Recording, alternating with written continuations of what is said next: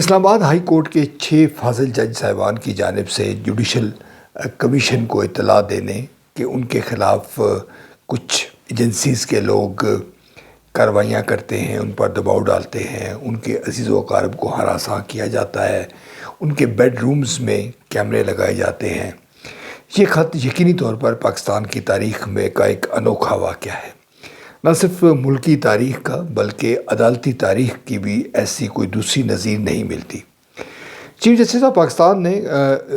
گزشتہ روز ایک full court اجلاس بلایا اور اس کا اعلامیہ جاری نہیں ہوا۔ اس کے بعد پھر آج انہوں نے وزیر اعظم شہباز شریف صاحب سے ملاقات کی اور اس کے بعد ایک اعلامیہ جاری ہوا سپریم کورٹ کی جانب سے کہ عدلیہ کی آزادی پر کوئی سمجھوتا نہیں کیا جائے گا۔ اس سے قبل جو وفاقی وزیر قانون ہیں انہوں نے پریس کانفرنس کی اٹارنی جنرل کے ساتھ اور یہ کہا کہ ایک کمیشن بنایا جائے گا، ایک رکنی کمیشن ریٹائرڈ جج کی سربراہی میں، جو اس معاملے کی تحقیق کرے گا اور اس کی تمام جو تفصیلات ہیں وہ قوم کے سامنے رکھے گا۔ جو ناقدین ہیں وہ یہ کہتے ہیں کہ پاکستان کی جو سیاسی تاریخ ہے، ہماری جو قومی تاریخ ہے،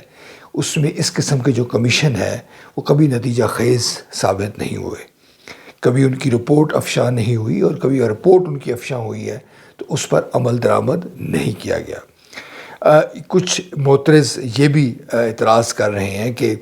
جو 6 ججز ہیں انہوں نے حکومت پر الزام لگایا اور پھر حکومت کے ہی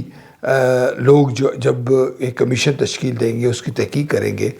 تو اس پر کسی طور پر انصاف ہوتا نظر نہیں آئے گا۔ اب یہ معاملہ قومی میڈیا کی زینت ہے اور اس کے حق میں اور اس کے مخالفت میں آوازیں اٹھ رہی ہیں، اور جو سوال کلیدی اہمیت کا حامل ہے کہ ان جو 6 ججز ہیں ان کے جو اعتراضات ہیں اس کا کیا بنے گا۔ اس سے قبل آپ کو یاد ہوگا کہ جسٹس شوکت عزیز صدیقی صاحب تھے جو اسلام آباد ہائی کورٹ کے جج تھے، انہوں نے بھی کچھ الزام لگائے تھے۔ ان کا حال ہی میں فیصلہ سپریم کورٹ نے دیا ہے جس میں ان کو سرخرو کرتے ہوئے تمام جو ان کے واجبات تھے، ان کی جو پینشن تھی، اس کو بحال کرنے کا حکم دیا ہے، اور شاید اسی کو ہی بنیاد بنا کر بلکہ یقینی طور پر جو اسلام آباد ہائی کورٹ کے ججز ہیں انہوں نے جرأت کی ہے اور وہ سامنے آئے ہیں۔ ناظرین، اس وقت ملک میں مختلف قسم کے بحران جاری ہیں اور پاکستان میں ہم یہ کہہ سکتے ہیں کہ گزشتہ 1 یا 2 سالوں میں جو کچھ ہو رہا ہے اس کی نظیر ماضی میں نہیں ملتی۔ 8 فروری کے انتخابات کے بعد ایک سے ایک بحران جو ہے وہ ہم منہ کھولے ہمارے سامنے کھڑا ہوا ہے، اور بدقسمتی کی بات ہے کہ ہم اس سے کامیابی کے ساتھ نمٹنے میں کامیاب نہیں ہو رہے۔ دہشت گردی کی جو کاروائیاں ہیں وہ آپ کے سامنے ہیں، آئے روز واقعات رونما ہو رہے ہیں، اور حال ہی میں جو چائنیز انجینئرس کو نشانہ بنایا گیا شانگلہ کے علاقے میں، خیبر پختونخوا کے علاقے میں، وہ یقیناً وہ بھی ایک بڑا سیکورٹی لیپس کے طور پہ کہا جا رہا ہے، اور یہ کہا جا رہا ہے کہ ہم شاید دہشت گردی کی جو ان کاروائیاں ہیں ان کو اس طرح سے کاؤنٹر کرنے میں کامیاب نہیں ہو جس کی ضرورت ہے۔ ہر واقعے کے بعد جو بھی چینی انجینئرس کو یا چین کے جو لوگ ہیں ان کو نشانہ بنایا جاتا ہے تو چین یقینی طور پر ناگواری کا اظہار کرتا ہے، اور بقول مشاہد حسین کے کہ چین اس حوالے سے یقیناً تشویش کا شکار ہے کہ اس کے جو لوگ ہیں ان کو پاکستان میں کوئی خاطر خواہ تحفظ نہیں مل رہا۔ ہم یوں بھی کہہ سکتے ہیں کہ سی پیک کے حوالے سے جو ہماری خواہشات ہیں وہ بھی شاید پایہ تکمیل کو نہ پہنچ سکے۔ اگر 6 رکنی جو 6 ججز ہیں اسلام آباد ہائی کورٹ کے، ان کے خط کے حوالے سے اگر یہ معاملہ صحیح اس کی روح کے مطابق حل نہیں ہوتا اور اگر سپریم کورٹ مزید اپنا فعال کردار ادا نہیں کرتی تو یقیناً جیسے کہ ہمیں دیکھ رہے ہیں کہ یہ پولیٹیسائز ہونے جا رہا ہے۔ پاکستان تحریک انصاف اس حوالے سے سامنے آئی ہے، اور پاکستان تحریک انصاف کا یہ موقف ہے کہ جو ان کے بانی ہیں ان کے خلاف جو مقدمات قائم ہوئے، جو پروسیڈنگ ہو رہی ہیں وہ بھی قانون کے مطابق نہیں ہیں اور دباؤ کا نتیجہ ہے۔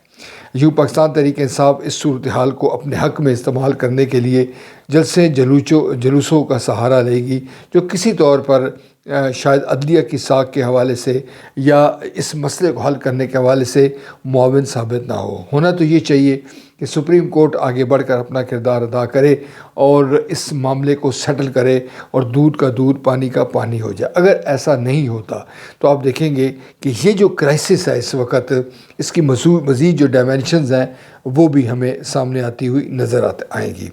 معروف سیاسی رہنما مصطفیٰ نواز کھوکھر ایک ٹی وی پروگرام میں اعلان کر رہے ہیں اور ان کی کچھ اطلاعات ہے کہ مزید بھی جج ایسے سامنے آ سکتے ہیں۔ اگر ہم یہ فرض کریں کہ اسلام آباد ہائی کورٹ کے بعد لاہور ہائی کورٹ،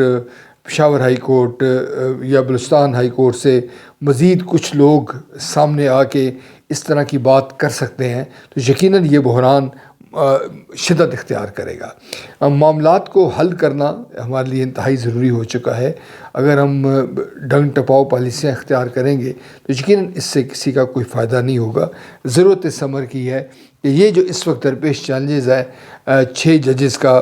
جو خط ہے اور جو ایک ذمہ دار شہری سے بڑھ کر ہے، جو سارا دن خود انصاف کی فراہمی ان کے کندھوں پر ہے اور وہ ان تمام معاملات کو بخوبی سمجھتے ہیں، اگر وہ یہ سامنے آ کے کہہ رہے ہیں تو اس مسئلے کا حل ہونا چاہیے۔ بصورت دیگر جو بحران اس وقت چل رہے ہیں، یہ بحران بھی جو خطوں کا جو معاملہ ہے، جو خط لکھنے کا معاملہ ہے 6 ججز کا، یہ بحران بھی آنے والے دنوں میں آپ کو مزید پھلتا پھولتا ہوا نظر آ سکتا ہے۔